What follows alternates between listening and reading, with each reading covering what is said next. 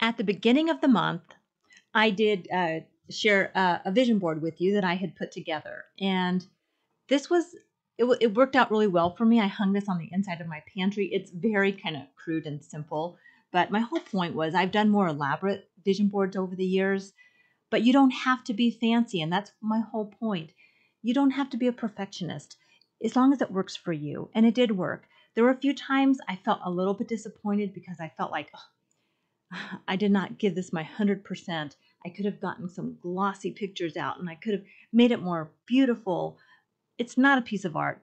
This is not going to be hung in an art center. Let's be real. It's on the inside of my pantry door and it's there for a purpose, and it served its purpose.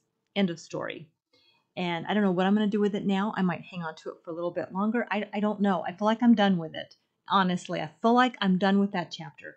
I did the vision board, and I want to say I did pretty well with it. I did. I feel like, as far as hydrating, I was drinking water. I lost. Well, let me just show you guys. I strength train 4 times a week. I did take a little clip. I'm going to share that with you right here. And this is just really crude. I apologize. I'm not an Instagram model, obviously, but I have fun in my gym. I have fun. A lot of times I am singing on Smule. Like I do karaoke for the fun of it. So far, nobody's knocked on my door for a contract, a recording contract. Big surprise. But I do it for fun. I do it for the joy of it. Find something that you do, something that you enjoy, and go do it, and don't worry what everybody else thinks. So strength training has become that for me. It works. I've been doing it for almost 8 years.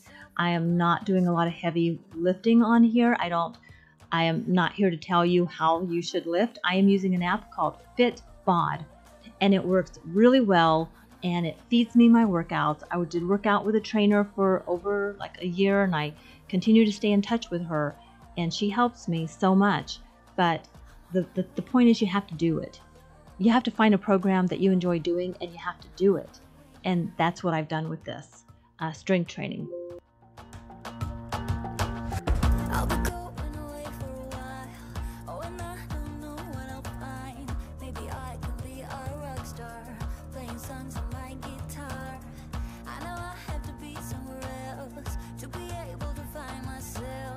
Shouldn't be so complicated. If I listen to my heart, I'm gonna leave it all behind. Find myself, I'm gonna start over new. Yeah, I'm on my way now. I'm on my way now. I'm on my way now. So that's my big spiel when it comes to fitness. Find a way to move your body every single day. Sometimes I take Roscoe for a walk. Oftentimes I do strength training. Gray Wolf, I loved your comment because John and I were laughing. We're like, well, that would be kind of fun. Maybe I need a kick in the pants. Come knock on my door. But honestly, I just have to let you know I am doing my strength training. I'm not breaking any records, but I am consistent. And if you guys want fitness motivation, go over and watch Gray Wolf. I'll link his channel in my description. We've been harvesting our grapes. We have a very small backyard vineyard. It's not even a vineyard. Let's be real. It's a fence with some vines growing on it.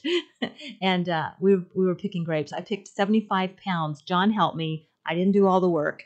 We did it together. I picked 75 pounds of over 75 pounds of grapes from my vines this year, and we sold them to, we always sell them to a local vineyard, and they make wine from them. They're Thompson grapes. They're really good. It's a sweet wine, though. It's not a sophisticated wine. So if you are a sophisticated wine person, no, you would not like this. The other thing I want to share is I said I wanted to lose 4 pounds. A couple of you had made comments, well, you're already pretty small. I wasn't all. I mean, I worked really hard to lose. I lost 35 pounds. Got off blood pressure medicine. That was my biggest concern after being told, make changes or you will stroke out. I was told by 2 healthcare professionals about that. So that's why it's really important for me to stay moving and stay trying to to be somewhat healthy in the way that the choices that I make on a day-to-day basis. That's why. That's my motivation. And so whenever I see that scale start moving up, I do get a little nervous. I do, because I worked so hard for over a year to get myself back into shape, and I worked hard for a year. That was my priority, and I did it. And I never want to have to be that strict with myself again. Not everybody, I mean, everybody's different. Some people could have just done that in a different way. I had to really focus on it. And I think I had a bit of probably a midlife crisis going on in there after a healthcare kind of scare. Went through a lot of changes. My kids moved out. We lost someone to a young person that was like a child to us. We lost him, and that's been really, really hard. And I think the gym became my therapy. I think it did, and it still is. And if I don't get in the gym and do a good workout, I wait too long and wait even like 3 days, I feel it. I feel it. So I that's why I do it, and strength training works for me. So when I started going up 4 pounds, I knew I knew it was my diet. Here's what happened. We went to Sam's Club, and I went for just a few items, but they had their pumpkin pies. So, yeah, that happened. They had their pumpkin pies, which is why I decided to do a haul, because these were $6.98 each. I bought 2 of them. I'm going to freeze one for sure, because this is September, and I want one for Thanksgiving. That was a total lie. That was a total lie, okay? At the time, it was the truth. I was telling you the truth. I was going to freeze one and maybe eat the other one, maybe share it with people. And I'm not kidding you. I ate almost a whole frickin' pie by myself over the course of 3 days. Part of the problem is I went to Joann's Fabrics, and we were looking at, I was looking at fall decor. I also went to Bath and Body Works. I did not buy any candles. I went to Bath and Body Works for a candle. I wanted a pumpkin candle or a cinnamon candle. I didn't find any because I don't want a big candle. I want a small candle. And they were a lot of them were too sweet. Pumpkin pecan waffle. I don't know, that one. I don't really like that one. Ugh. Can you guys see my files? Isn't that awful? It opens up. Ugh, what a distraction. Okay. I got triggered with that pumpkin pie. And this is something that's very subtle, but we all have to pay attention to our own, what gets, what, I don't like to even use that word trigger. My cousin says, look for the glimmer moments. I love that, because if you're watching this, I love that. This is a trigger for me, is I went to Hobby Lobby, which I did not film, and I bought some packets of scented packets because I wasn't finding the candle at Bath and Body Works that I wanted, and John cannot handle a lot of fragrance. So I just get one small wick candle, burn it by my kitchen window. Everything else I burn is unscented. Those 3 wick candles, I love them. For the longest time, I would buy them, and I never burned them, and it was such a waste. So I just looked for one small little candle. So I was looking for a candle that I could burn that John approved of, and he did not approve of any of them. So I went to Hobby Lobby, and I bought a pack, one of those scented packs, the cinnamon, pumpkin. They're like little sachet packs, envelopes. They're sealed, and inside there's smell goods in there. I got some of those, and I tucked them around the house. I put one in a bookshelf by the kitchen. I put one in a basket in the kitchen or in the living room. And what I noticed, every time I go by there, I can smell this pumpkin smell, and it triggers me. And I think that's every time I smell that, I'm like, oh, there's a pumpkin pie over there. And I would eat a piece of pumpkin pie. That's what happened to me. So that is why I ended up taking one of the pumpkin pies over to my sisters. I said, here, you guys eat this. And none of them made it to the freezer, and I have none for Thanksgiving. But I'm not hosting Thanksgiving this year, so I'm not going to worry about it. So that's an update for Self-Care September. lo and behold, I made it through. I set a goal to lose 4 pounds. I lost 2 and I gained it back.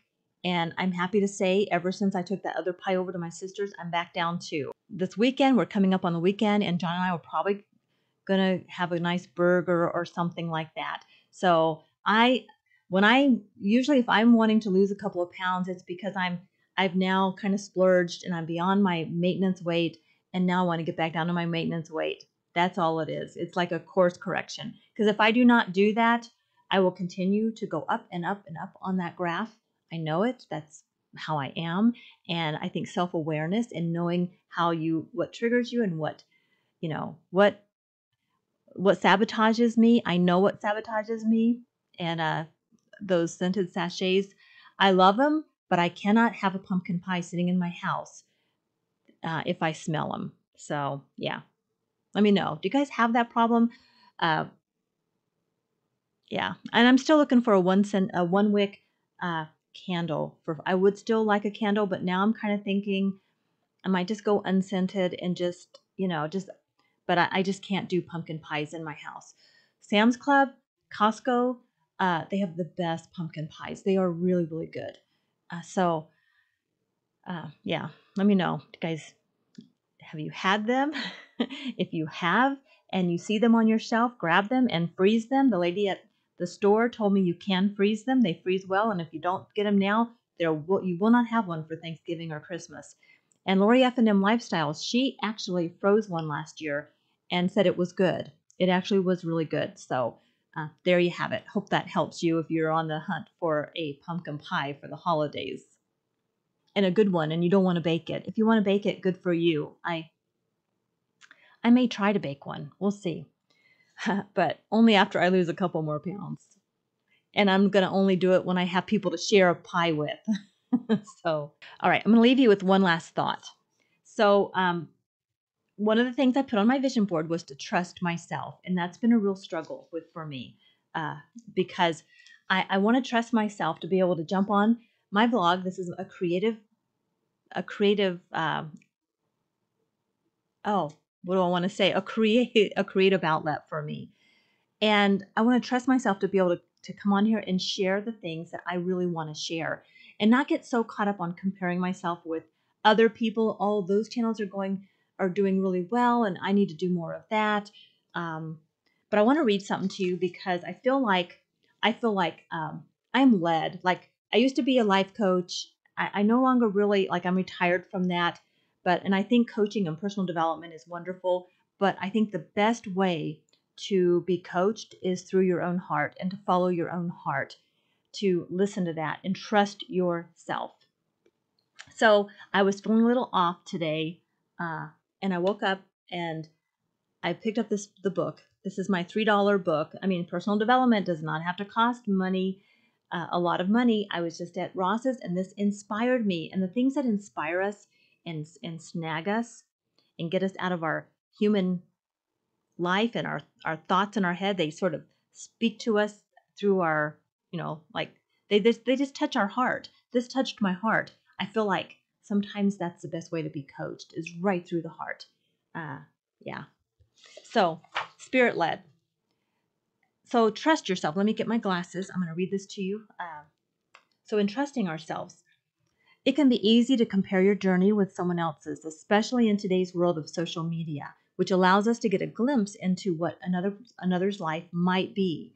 Just remember that there's no benefit to comparison, and what we see on social media isn't always realistic depiction of someone's life. It won't help you on your road to create your best life. You are your own person with your own unique dreams and goals. Someone else may be on a similar journey, but it will never be quite the same. This is page 97 of this book, by the way. So that really spoke right to my heart. That's coaching. Don't leave this part of you out. Trust yourself and jump on and share what brings you passion. What do you really want to do? What do you really want to do? How do you want to spend your time? John and I recently wrote a list out of 10 things we would each like to do more of, because we're looking at retirement and we're like, okay, how do we want to spend our time? And Interestingly, most of those things cost very little money, if any. Think about that. 10 things. If you can't think of 10, write 5. Just write out where you want to, what do you really want to do with your life? That's a good indication of, how much money you might need when you retire, by the way, and you might be in a different place than we are, but that's where we are. So I want to thank you so much for being here. I will be back in a couple of days. I'm not sure if I'm going to do Vlogtober, doing a video every day. Not sure. I do like to, I plan to do Vlogmas. We'll see about October. I've talked to a couple of my YouTube friends who are doing Vlogtober. We'll see. But if you're thinking of starting a vlog, it's a great way. If you're afraid, don't wait till you're not afraid anymore. Just jump on, start recording. Do one video a day in October. Join Vlogtober. Let me know in the comments. Just go and find other people who are doing it. It's a great community. It's a great way to get support for yourself. If you're afraid and you want to vlog and you don't know what to vlog about, you'll learn as you go. So a video every day in October, and at the end of it, you can quit. You don't have to keep doing videos. Just commit to doing Vlogtober. And you would be surprised. You might catch the bug like I did, except mine was Vlogmas. Did a video every day in December, and I caught the bug, and now I'm still here. So, all right. Thank you so much for being here. I hope you're doing well. Subscribe if you haven't already so I can see you on the next video. Take care. Bye. I know you're all about the good vibes.